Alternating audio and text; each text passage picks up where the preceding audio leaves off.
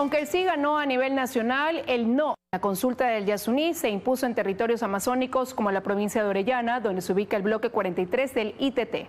Con este resultado, el gobierno plantea dudas legales y constitucionales que deben ser resueltas antes de desmantelar el bloque, labor que quedaría para el próximo gobierno.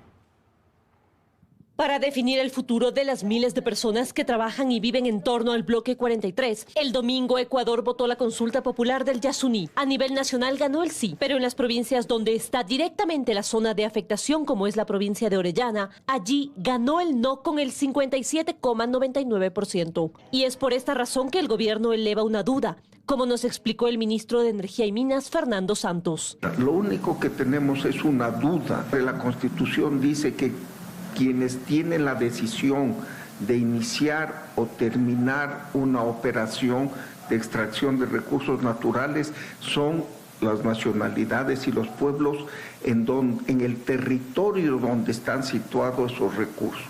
El ITT está en la provincia de Orellana. Se refiere al artículo 57, numeral 7 de la Constitución, que dice: la consulta previa, libre e informada dentro de un plazo razonable sobre planes y programas de prospección, explotación y comercialización de recursos no renovables que se encuentran en sus tierras y que puedan afectarles ambiental y culturalmente, participar en los beneficios que esos proyectos reporten. Quisiéramos que alguien aclare esta duda constitucional.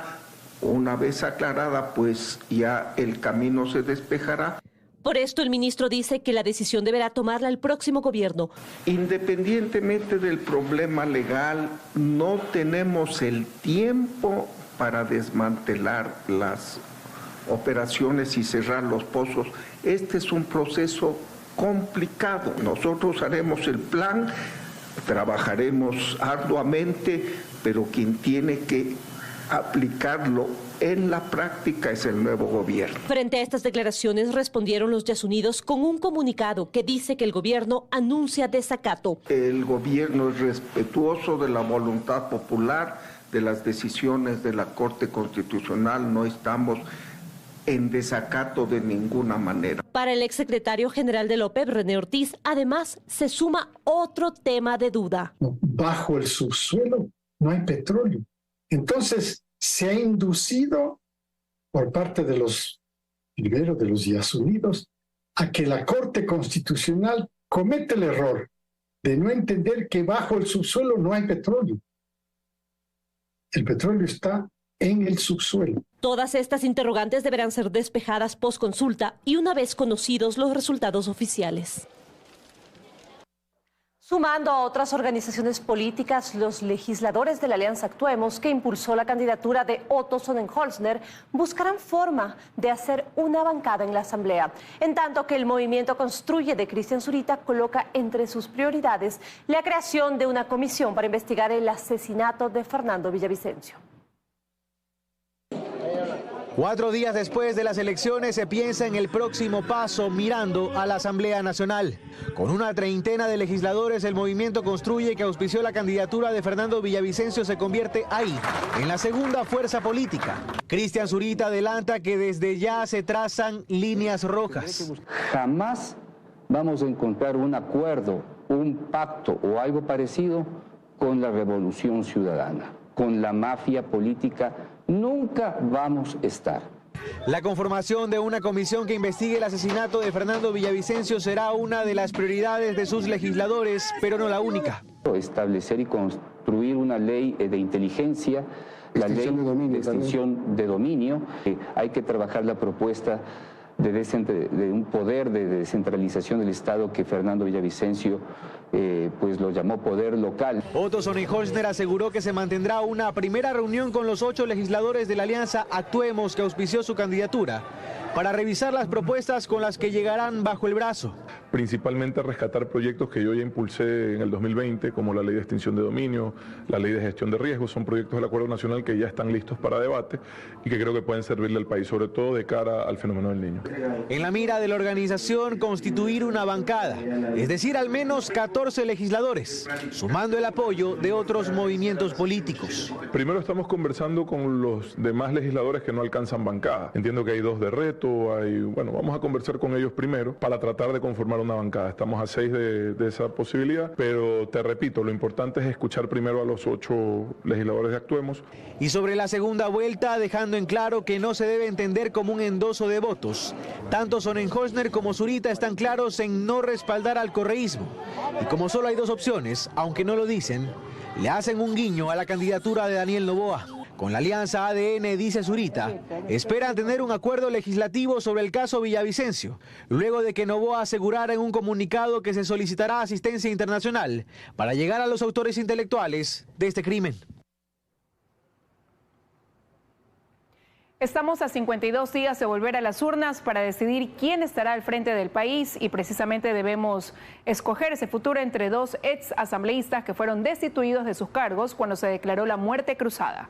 ¿Qué hicieron en su paso por el Parlamento? Se lo contamos. Luisa González y Daniel Noboa fueron asambleístas de un periodo legislativo fuertemente criticado por la ciudadanía, que además fue disuelto cuando cumplía su segundo año de funciones. Su paso por la asamblea no fue notable, no eran los asambleístas visibles o los que siempre pedían la palabra. Daniel Noboa era independiente. Su votación por Guadalupe Llori al inicio del periodo le mereció la presidencia de la Comisión de Desarrollo Económico, una mesa a la que llegaron los proyectos enviados por el Ejecutivo en materia económica. Este proyecto de ley es el primer paso hacia el desarrollo económico del país. Esa es la esperanza que vengo a proponerles y el Ecuador necesita que ustedes, compañeros, por favor no permitan que el miedo los contamine.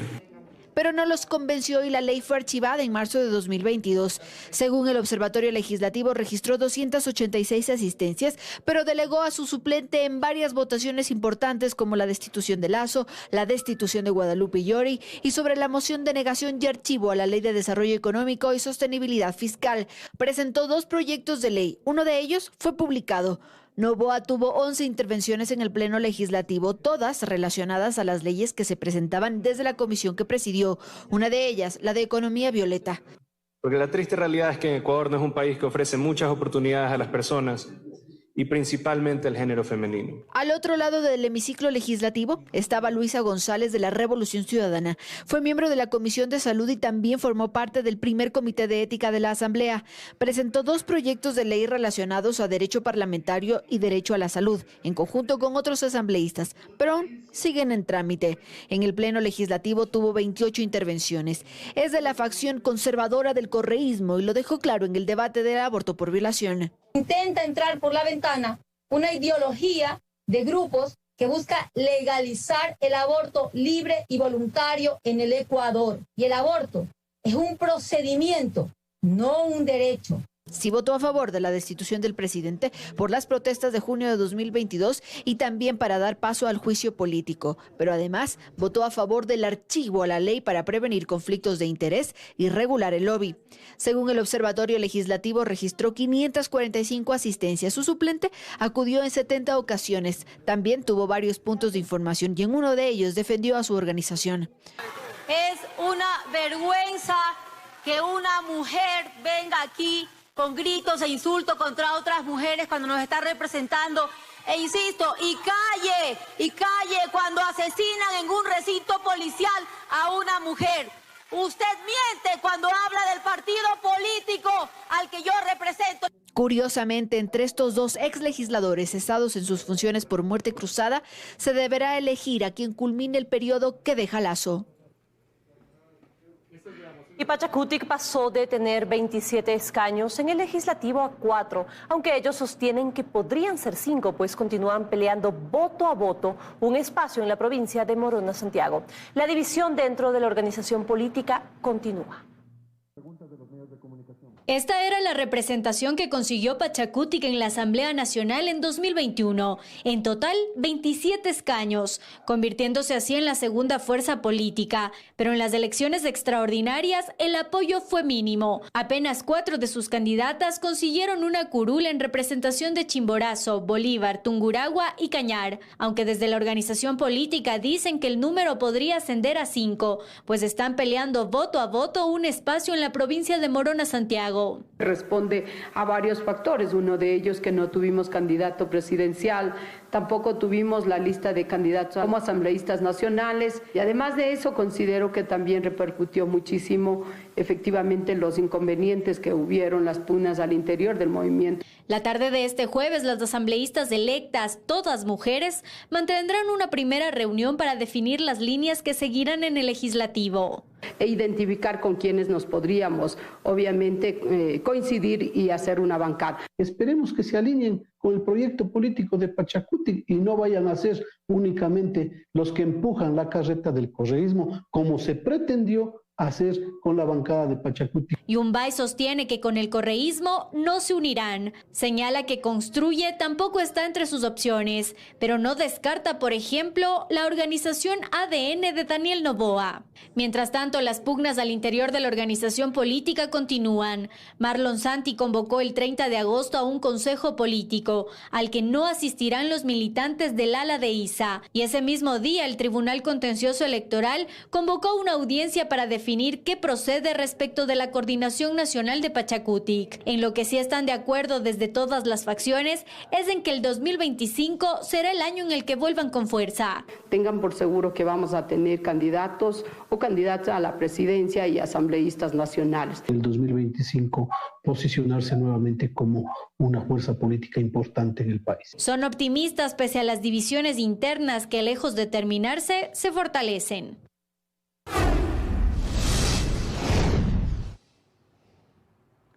La Asociación de Migrantes Ecuatorianos pide al Consejo Nacional Electoral que repita las elecciones para asambleístas del exterior, tras las fallas en el sistema del voto telemático. Según los resultados de la entidad, solo un poco más de 51.000 migrantes lograron votar.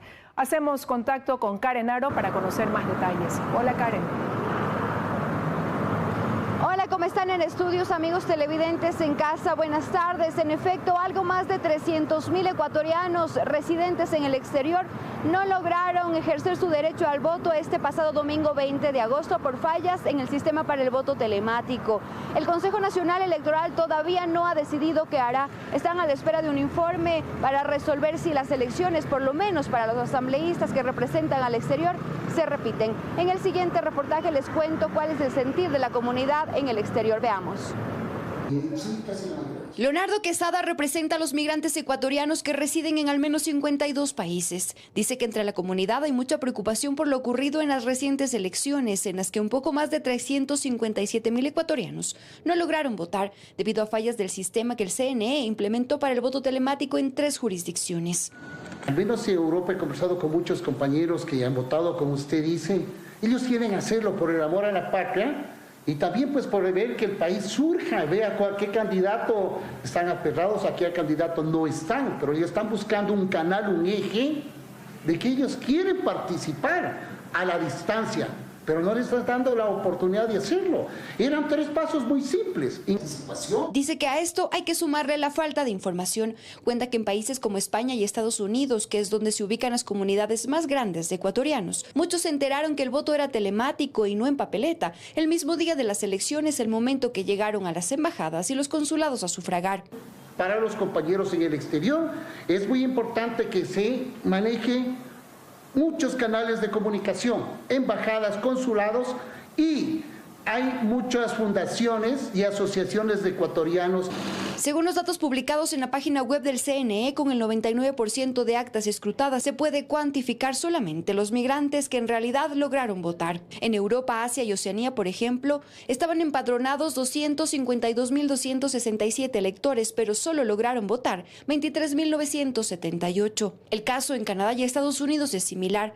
Estaban empadronados 127.693 electores, pero solo sufragaron 17.263. Y en Latinoamérica, el Caribe y África no es diferente la situación. Estaban registrados 28.882 electores y solo sufragaron 10.409. Y hacer todos los blindajes que no se hicieron para que no pueda volver a repetirse el hackeo.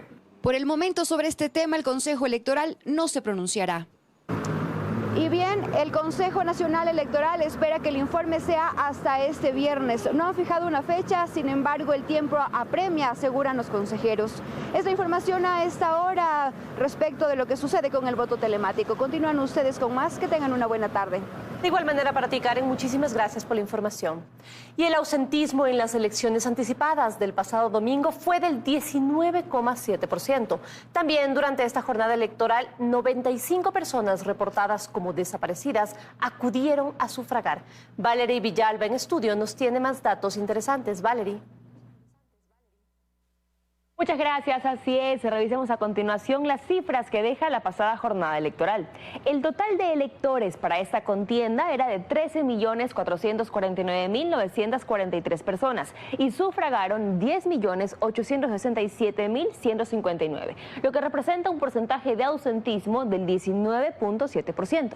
Los votos blancos obtuvieron un 2,03% y nulos 6,75%. Durante estas elecciones, 95 personas reportadas como desaparecidas acudieron a sufragar. De este número corresponden a 36 hombres y 59 mujeres que salieron de sus hogares por diferentes razones. Por otro lado, 1.266 personas fueron detenidas durante estos comicios. 290 personas fueron aprehendidas por deudas de pensiones alimenticias, 58 por tener boletas de captura y 15 por incumplir boletas de auxilio. Pero hablemos también de resultados electorales. En el caso de la candidata Luisa González, quien obtuvo el 33,62% de los votos y quien sufragó en Chone, provincia de Manabí, en su junta electoral el acta muestra que obtuvo 148 votos de 306 sufragantes. Por otro lado, el candidato Daniel Noboa, que quedó en segundo lugar con el 23,42% de los votos, en su junta receptora del voto en Mangaralto, provincia de Santa Elena, obtuvo 69 votos de 319 sufragantes. En esta mesa es importante mencionar que ganó la candidata del correísmo con 119 votos. En cambio, en la mesa electoral en la que sufragó el candidato Javier Hervas del Movimiento Reto, solo obtuvo 2 votos, el propio y el de alguien más. El candidato Bolívar Armijos, de igual forma, también obtuvo 2 únicos votos en su mesa electoral.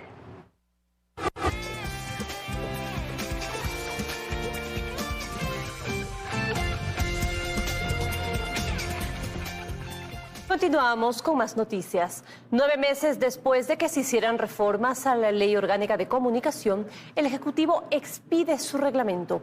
Para los profesionales de la comunicación, la normativa llega tarde, pero aseguran que dará una garantía para el trabajo periodístico y la libertad de expresión.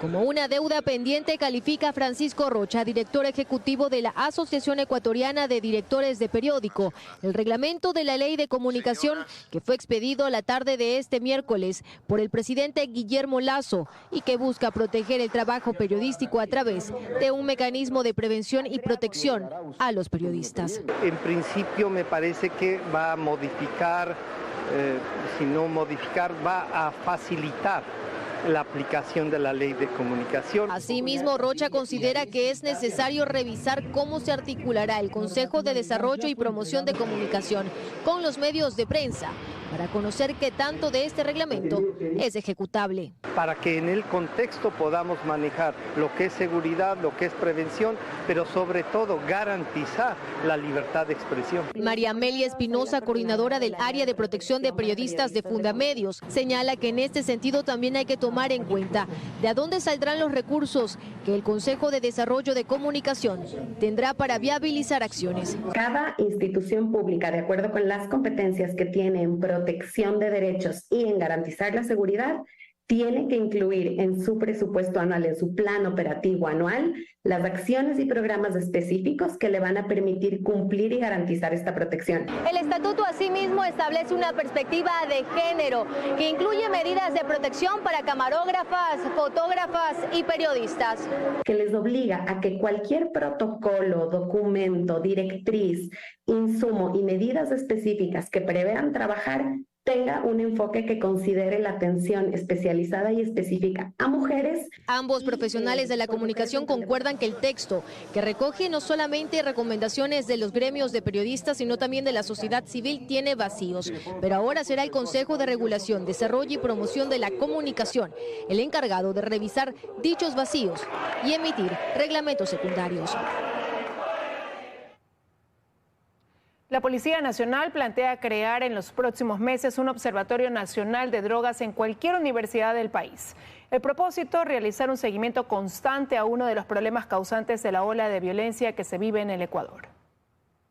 El director de narcóticos de la policía detalló a este noticiero que la institución plantea crear próximamente un observatorio nacional de drogas para realizar un seguimiento a una de las problemáticas que ha generado esta ola de violencia en el país. Que nos permita determinar en qué sector, en qué provincia, en qué ciudad, en qué barrio incluso, el rango etario y qué tipo de sustancias se estaría consumiendo para todos los entes estatales, gubernamentales o no, enfocarnos en programas preventivos. Sostiene que actualmente no existe una unidad encargada de hacer un análisis respecto al consumo de drogas en jóvenes y adolescentes, que ha incrementado de una manera alarmante en estos últimos años en algunas provincias del país.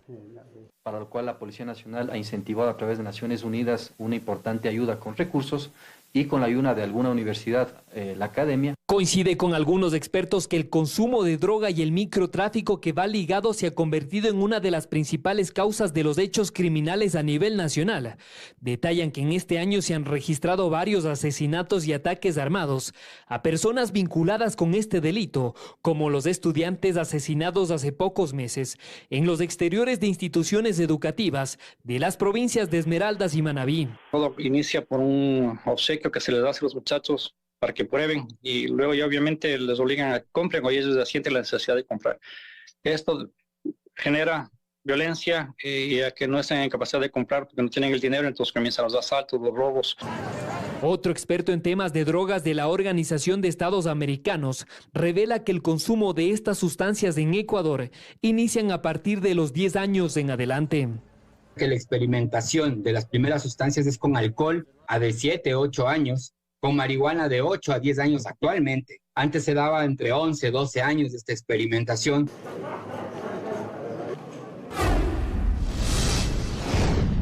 Y siguen los hechos violentos en Guayaquil y Durán. Varias personas fueron asesinadas. Además, se registró un ataque a una farmacéutica y un robo a un cajero automático. Nos enlazamos con Bernarda Ceballos para que nos dé más información. Bernarda, adelante.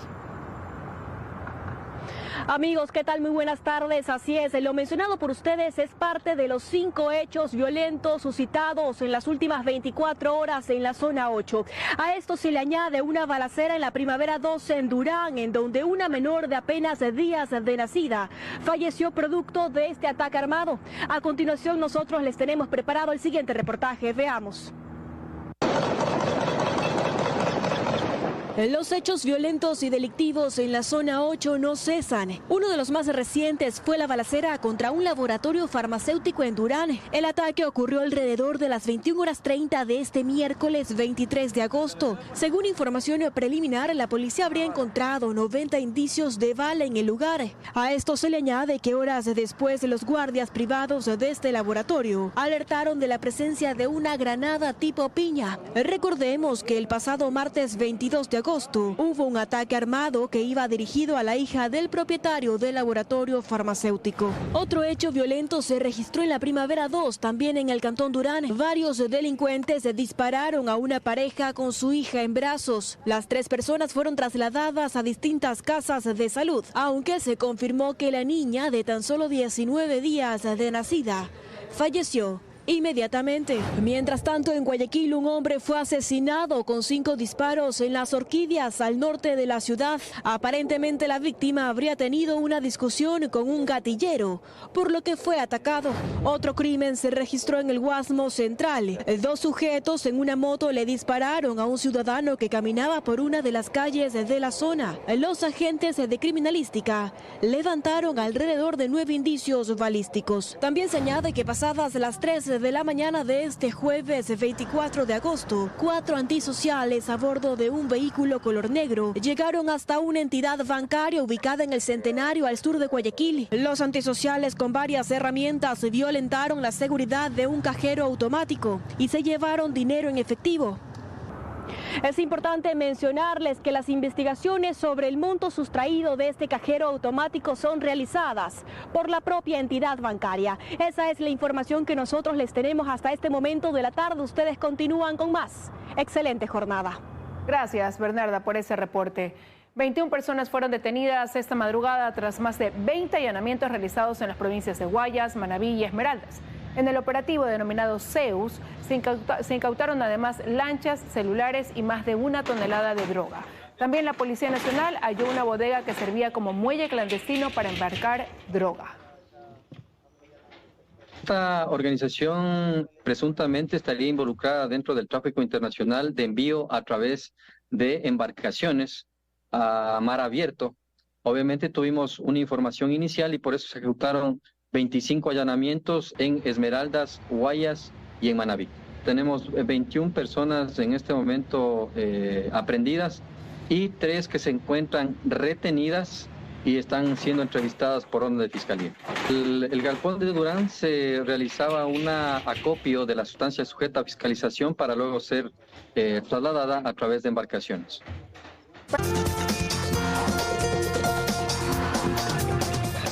Más noticias. El concurso para elegir al nuevo Contralor General del Estado entró a su recta final luego de que la Comisión Ciudadana de Selección aprobó continuar con la fase de méritos. Sin embargo, la atención se centra en la denuncia contra 2 comisionados. Y no vamos a permitir que ningún ciudadano o ciudadana quiera ser Contralor del Estado a patadas. Esta advertencia fue la que primó este martes en la sesión de la Comisión Ciudadana de Selección del Contralor General del Estado. A pesar de que únicamente se debía aprobar continuar con la siguiente fase del concurso, la atención se desvió a la denuncia en contra de 2 de los comisionados. Y estas intimidaciones no nos van a estancar. Una semana atrás, el Pleno del Consejo de Participación Ciudadana observó el trabajo que realizó la comisión durante la fase de impugnación. Allí conoció que Juan Falconi Puig, uno de los 103 postulantes, denunció a la expresidenta de la comisión, Janet Ojeda, y al exsecretario Josué Almeida por presunto fraude procesal. El Pleno decidió enviar el expediente a la Fiscalía General. Me parece que fuera esto una pesadilla para mí. Esta comisionada no tiene nada que ocultar. En base a ello, la Comisión Ciudadana de Selección aprobó 2 resoluciones, una en rechazo a la decisión del Pleno del Consejo de Participación para expresar su inconformidad a cualquier acto intimidatorio, la segunda para dar por concluida la fase de impugnación e iniciar inmediatamente la última fase, la de méritos y oposición. La comisión tendrá 10 días para calificar los méritos de los postulantes sobre 100 puntos, 50 correspondiente a los méritos y 50 a la oposición o prueba escrita.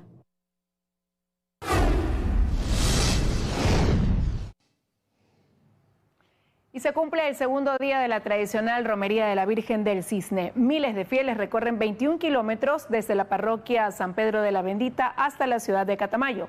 María del Rocío Coronel está en el lugar para informarnos. Hola, María del Rocío. Gracias en estudios y amigos televidentes, buenas tardes. Miles de feligreses se han dado cita en el sur del país para formar parte de esta multitudinaria peregrinación que cumple hoy su segundo día. Los romeriantes afirman que el amor a la Churonita es el principal motor que les incentiva en esta larga jornada. Ella es todo para nosotros y ¿qué más podemos nosotros hacer por ella? Como darle estos kilometritos que hemos caminado por esta vez. Aquí porque la Virgencita me hizo un favor de devolverle la salud a mi hijo y vengo muy agradecida todos los años. Se estima que alrededor de 2 millones de fieles acompañen en este segundo día de romería a la sagrada imagen de la Virgen del Cisne y recorran junto a ella 21 kilómetros desde la parroquia San Pedro de la Bendita hasta la ciudad de Catamayo. Alrededor de las 11 de la mañana la peregrinación realizó una parada en la hacienda Monterrey en donde se realizó una Eucaristía y se estima que alrededor de las 3 de la tarde arribe hasta la ciudad de Catamayo. Nosotros les mantendremos informados de cómo continúa esta jornada religiosa. Ustedes continúan en estudios. Buenas tardes. Muy buenas tardes, María del Rocío. Muchísimas gracias por la información desde Loja.